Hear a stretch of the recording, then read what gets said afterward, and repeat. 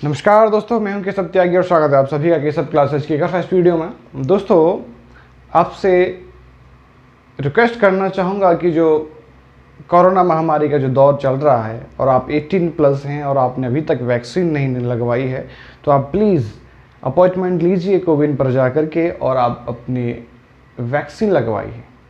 इस दौर में ये जो वैक्सीन है, जो टीका है कोरोना का, इससे ही हमें थोड़ा सा लग रहा है, एक उम्मीद है कि सुरक्षित रहेंगे इससे शायद ही। लेकिन जिन्होंने वैक्सीन लगवा ली है और अगर वो लापरवाही कर रहे हैं, तो आपसे भी एक रिक्वेस्ट है कि प्लीज़ लापरवाही ना करें, क्योंकि इससे जो बनती है वो चेन बनती है और आप अन्य लोगों के लिए भी घातक सिद्ध हो सकते हैं। आप वैक्सीन लगवा ली है, अच्छी बात है, लेकिन आप घर से ना निकलें, घर रहें और सुरक्षित रहें। अगर घर से बाहर भी निकलते हैं तो सैनिटाइज़र लेके चलें, पॉकेट सैनिटाइज़र, अपने हाथों को सैनिटाइज करते रहें बार बार और मास्क लगा के रखें। यानी कि सरकार की जो गाइडलाइन है उनका पालन करें। 2 गज की दूरी और मास्क है ज़रूरी। तो चलिए शुरू करते हैं। आज से हम स्टार्ट कर रहे हैं हिंदी व्याकरण की जो क्लास है और हमारा जो फर्स्ट चैप्टर है या अध्याय है हिंदी व्याकरण का, वो यह है भाषा एवं वर्ण विचार। क्या है? भाषा एवं वर्ण विचार। इस टॉपिक में हम भाषा के बारे में भी डिस्कस करेंगे इस क्लास में और वर्ण विचार के बारे में डिस्कस करेंगे। उसके बाद नेक्स्ट जो क्लास आएगी उसमें स्वरों के बारे में डिस्कस करेंगे। लेकिन आपने अभी तक हमारे चैनल केशव क्लासेस धौलपुर को सब्सक्राइब नहीं किया है तो सब्सक्राइब कर लीजिएगा, क्योंकि आपका एक सब्सक्रिप्शन हमें मोटिवेशन देता है नई क्लास लाने के लिए। सबसे पहले हम बात करते हैं वर्ण विचार की। किसकी बात करते हैं? वर्ण विचार की। कि वर्ण विचार किसे कहते हैं, वर्ण विचार क्या है। तो वर्ण विचार क्या है? वर्णों का शुद्ध लेखन, वर्णों का शुद्ध उच्चारण, वर्णों का शुद्ध प्रयोग क्या कहलाता है? वर्ण विचार कहलाता है। अर्थात हम कह सकते हैं वर्ण विचार के माध्यम से ही हम वर्णों का शुद्ध लेखन सीखते हैं, वर्णों का शुद्ध उच्चारण सीखते हैं, वर्णों का शुद्ध प्रयोग सीखते हैं। यानी कि वर्णों का शुद्ध उच्चारण सीखना, शुद्ध लेखन सीखना और शुद्ध प्रयोग सीखना, वो हम वर्ण विचार के माध्यम से करते हैं। अगर परिभाषा के रूप में हम वर्ण विचार के बारे में बोलें कि परिभाषा के रूप में हम वर्ण विचार को कैसे व्यक्त कर सकते हैं, तो हम कह सकते हैं वर्णों के शुद्ध प्रयोग, शुद्ध उच्चारण और शुद्ध लेखन को वर्ण विचार कहते हैं। और अगर हम बात करें भाषा की, कि भाषा क्या है, भाषा जो शब्द है वो किस प्रकार बना है, या भाषा की परिभाषा क्या है, या भाषा का व्यवस्थित क्रम क्या है, तो वो हम जानेंगे। अब जो भाषा है, ये जो भाषा, मूल भाषा, भाषा जो शब्द है वो किससे बना है?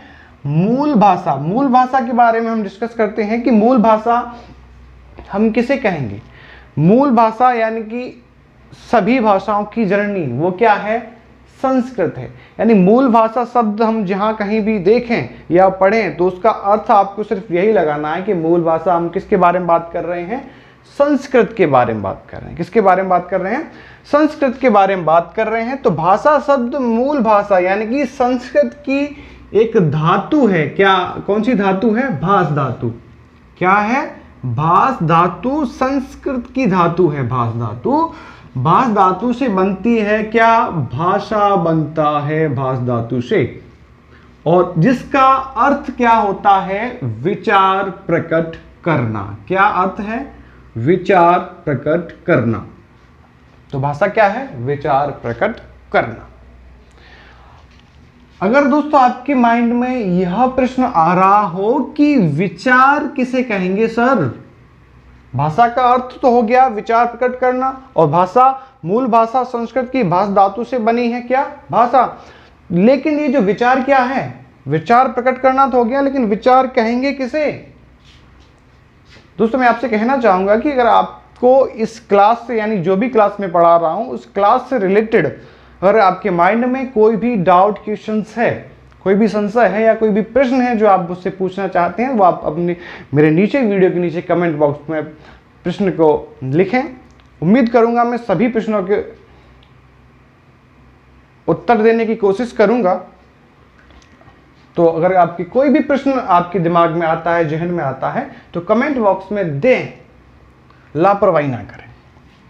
ये जो विचार है, विचार क्या होता है? विचार हमारे मन की, यानी कि मनुष्य के मन की, हमारे मन की एक अध्वन्यात्मक इकाई होती है जिसकी कोई ध्वनि नहीं होती। विचार यानी कि जो भी हम अपने दिमाग में, या हम कह सकते हैं मन में, जो भी सोच रहे होते हैं जिसकी कोई ध्वनि नहीं होती, यानी कि अगर मैं माइंड में कुछ सोच रहा हूं या आप कुछ माइंड में सोच रहे हैं, वो सिर्फ आपको ही पता है। साइड में आपके जो मित्र बैठा है आपको उसको नहीं पता है ना? यानी क्यों नहीं पता है? क्योंकि उसकी कोई ध्वनि नहीं होती, वो अध्वन्यात्मक होता है। तो विचार किसे कहेंगे? विचार का अर्थ है मन की अध्वन्यात्मक इकाई होती है जिसे हम विचार कहते हैं। और भाषा का अर्थ होता है विचार प्रकट करना। अगर वहीं हम भाषा की परिभाषा की बात करें कि भाषा की परिभाषा क्या होगी, तो भाषा की परिभाषा बनती है विचारों का आदान प्रदान करने का माध्यम। विचारों का आदान प्रदान करने का, यहां हमने लिखना है करने का माध्यम ही भाषा कहलाता है। यानी कि ऐसा माध्यम जिसके द्वारा हम विचारों को, विचार क्या मैंने बताया था? हमारे मन की अध्वन्यात्मक इकाई, ये जो हमारे मन में चल रहा है उसको हमें किसी अपने अन्य जन से या मित्र के साथ शेयर करना है, साझा करना है, उसको भी बताना है। तो हम जिस माध्यम से बताएंगे वह माध्यम ही भाषा कहलाएगा। क्या कहलाएगा? भाषा कहलाएगा। तो अगर हम आसान शब्दों में भाषा की परिभाषा देना चाहें तो विचारों के आदान प्रदान का माध्यम ही भाषा है ना?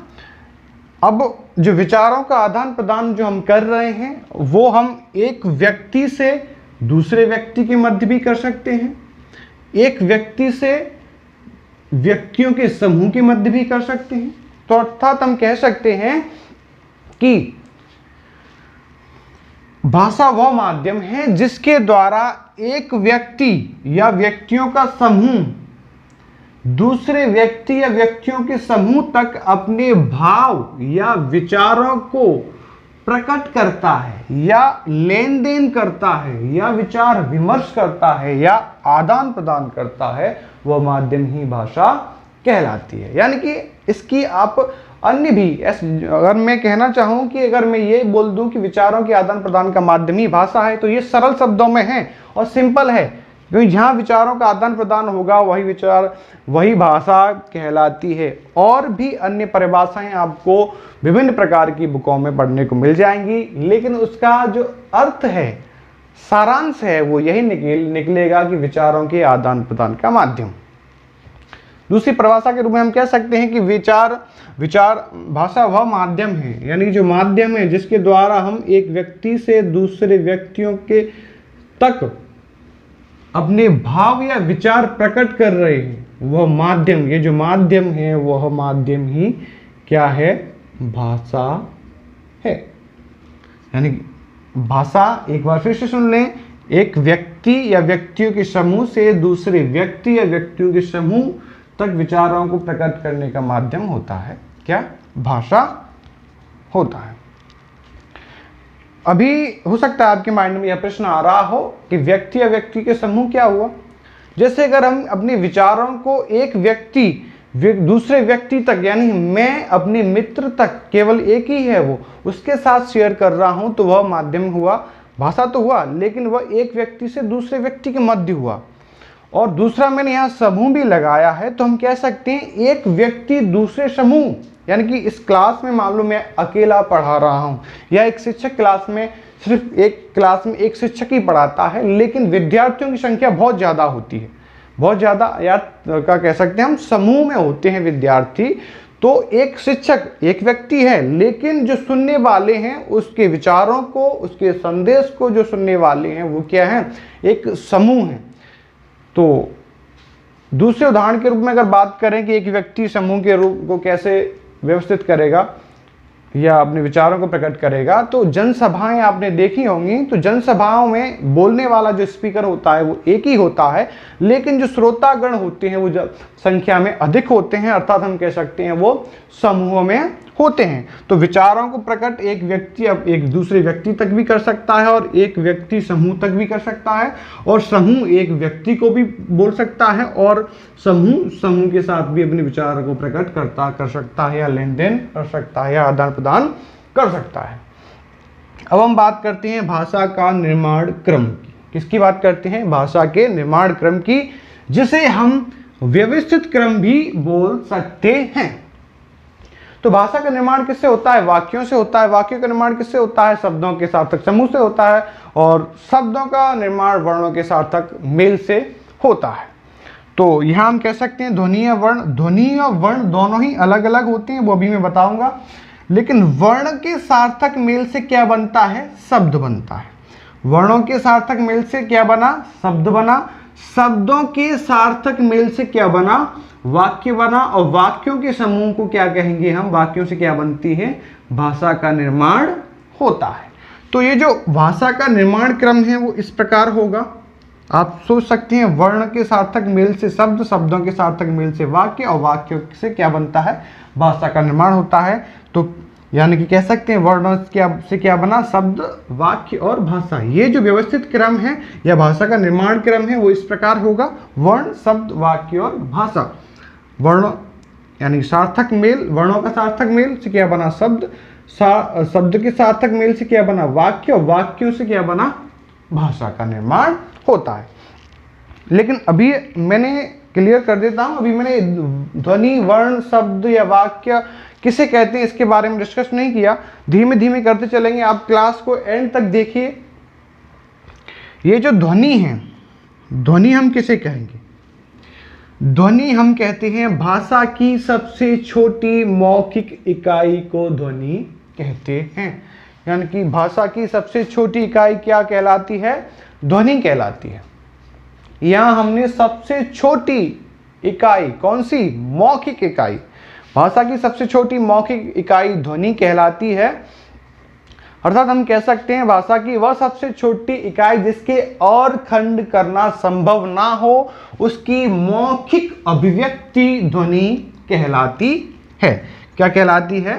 ध्वनि कहलाती है। यानी कि जो मौखिक इकाई है सबसे छोटी, जिसके खंड नहीं कर सकते, वो क्या कहलाएगी? ध्वनि कहलाएगी। अगर प्रश्न ये पूछता है, कोई आता है कि भाषा की सबसे छोटी मौखिक इकाई क्या है, तो वो होगी ध्वनि। और प्रश्न में अगर यह आता है कि भाषा की सबसे छोटी लिखित इकाई कौन सी है, तो वह होगी वर्ण। क्या होगी? वर्ण। वर्ण किसे कहते हैं? भाषा की सबसे छोटी लिखित इकाई को वर्ण कहते हैं। या हम कह सकते हैं वह सबसे छोटी लिखित इकाई जिसके और खंड नहीं कर सकते, वह वर्ण कहलाती है। ध्वनि और वर्ण में जो अंतर है वो यही है कि मौखिक इकाई होती है ध्वनि और लिखित इकाई होती है वर्ण। जैसे कि हमने ये जो लिखा है क, क्या लिखा है? क को हम उच्चारण कर रहे हैं, मुख से उच्चारण कर रहे हैं, तो जो उच्चारण कर रहे हैं वो क्या है? ध्वनि। क्या है? ध्वनि।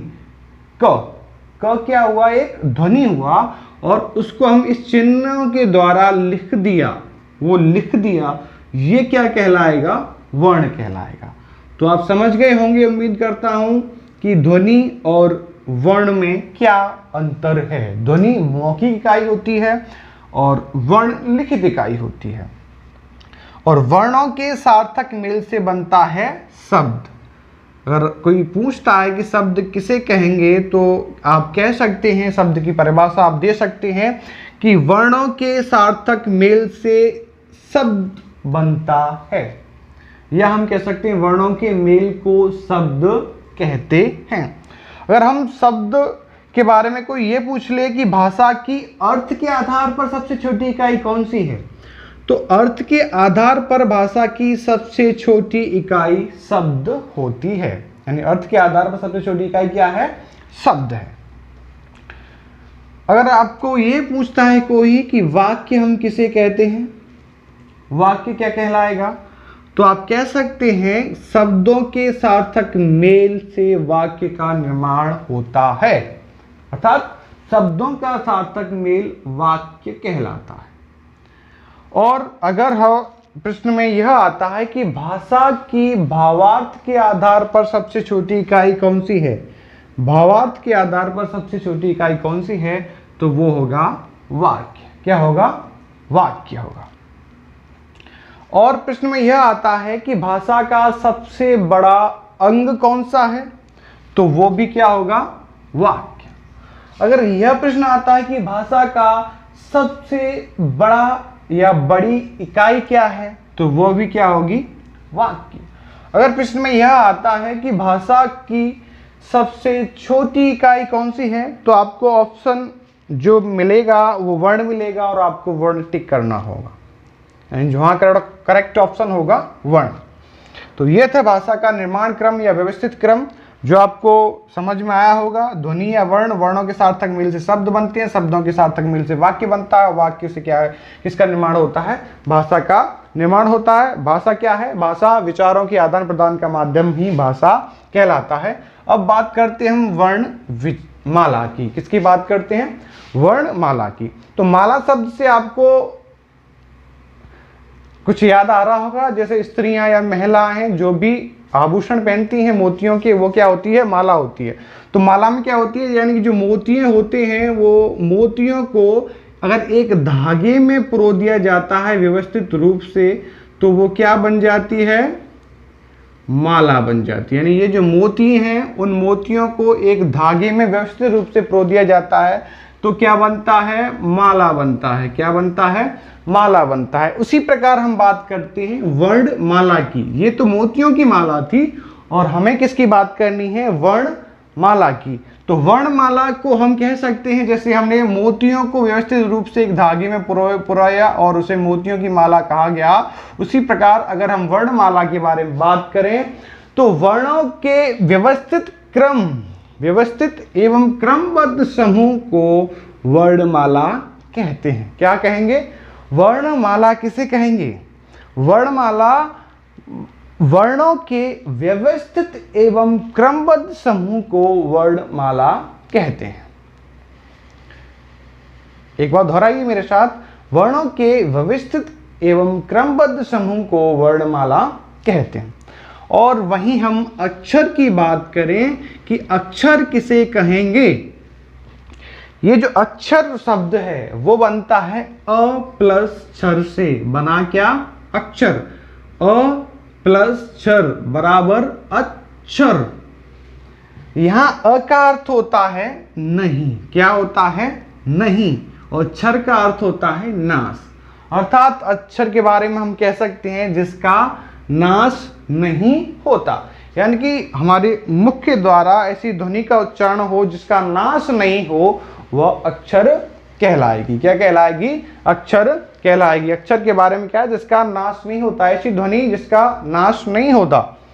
दूसरे शब्दों में हम कह सकते हैं हवा के एक ही प्रवाह में बोले जाने वाली ध्वनियां अक्षर कहलाती हैं। यानी कि हम जो उच्चारण कर रहे हैं और जो हवा निकल रही है हमारे मुख विवर से, यानी मुख के द्वारा जो हवा निकल रही है, उसके एक ही प्रवाह में बोले जाने वाली ध्वनियों को अक्षर कहते हैं। जैसे राम यानी कि जो म हुआ, ओम म हुआ, स्नान न हुआ, आम म हुआ, यानी इत्यादि। राम, ओम, स्नान, आम, यानी इनके जो पीछे म है और न है, जो उच्चारण म और न का उच्चारण हो रहा है, वो हवा के एक ही प्रवाह में, एक ही झटके में यह हवा बाहर निकल रही है, उच्चारण हो रहा है। तो हम कह सकते हैं म और न यहाँ अक्षर कहलाते हैं। क्या कहलाते हैं? अक्षर कहलाते हैं। जिसकी एक अगर परिभाषा के बारे में बात करें तो जिसका नाश नहीं होता, यानी ऐसी उच्चारित ध्वनि जिसका नाश नहीं होता, अक्षर कहलाती है। दूसरे शब्दों में हवा के एक ही प्रवाह में बोले जाने वाली ध्वनियां अक्षर कहलाती हैं।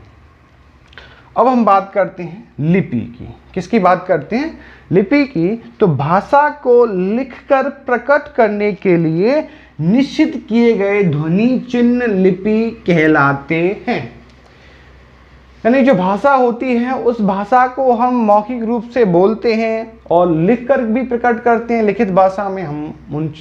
तो हम कह सकते हैं जो मौखिक रूप से जो ध्वनियां हम बोल रहे हैं, जैसे वर्णमाला में हमने अ बोला या हमने क बोला या ग बोला, ये जो ध्वनियां थी अ क ग, तो उनको ये जो चिन्ह दिया गया है वह चिन्ह ही लिपि कहलाती है। जैसे हमने बोला क क्या है, अभी ध्वनि है, लेकिन अब अगर हम क को क्या करते हैं, क को जैसे मैंने यहाँ लिखा तो वो लिखित रूप हो गया, यानी ये जो क का हम क को पहचानने का यह क्या हुआ, चिन्ह हुआ। तो ये तो हमारी लिपि के माध्यम से शुद्ध है, क है। लेकिन हमने इस क को, आप सोचिए, ये जो मैंने क है वो ऐसे लिखा, अगर मैं इसको ऐसे लिख दूं तो ये क होगा? नहीं होगा, क्योंकि यह गलत है, अशुद्ध है। ये जो हमारी लिपि में वो क ये होता है ना, ये क होता है लिपि में। तो यह अ है तो वो यह है, ये जो अ है उसको मैंने ऐसे क्यों नहीं लिख दिया, ऐसे क्यों लिखा, क्योंकि ये लिपि में शुद्ध चिन्ह है। तो हम कह सकते हैं भाषा को लिखकर प्रकट करने के लिए जो निश्चित चिन्ह ध्वनियां मान ली गई, जिन ध्वनियों के लिए निश्चित चिन्ह मान लिए गए हैं, उसे हम लिपि कहते हैं। और हिंदी भाषा की लिपि के बारे में बात करें तो हिंदी भाषा की जो लिपि है वो देवनागरी लिपि है। तो ये था दोस्तों भाषा एवं वर्ण विचार के बारे में थोड़ा सा परिचय। वर्ण विचार टॉपिक में हम जिन वर्णों की, देवनागरी लिपि की मात्राओं की मात्रा के बारे में मैंने अभी यहाँ डिस्कस नहीं किया है। स्वरों की को जब हम नेक्स्ट क्लास में पढ़ाएंगे स्वरों को, तब मात्रा के बारे में डिस्कस करेंगे। लेकिन परिभाषा की या भाषा का जो निर्माण क्रम है या वर्णमाला या अक्षर किसे कहते हैं, इसके बारे में यहाँ डिस्कस किया। उम्मीद करता हूँ कि आपको क्लास पसंद आई होगी। अगर आपको क्लास पसंद आई और अभी आज तक आपने हमारे केशव क्लासेस यूट्यूब चैनल को सब्सक्राइब नहीं किया है तो सब्सक्राइब कर लीजिएगा। फिर मिलती है नेक्स्ट वीडियो में, तो तब तक के लिए नमस्कार, जय हिंद, जय भारत।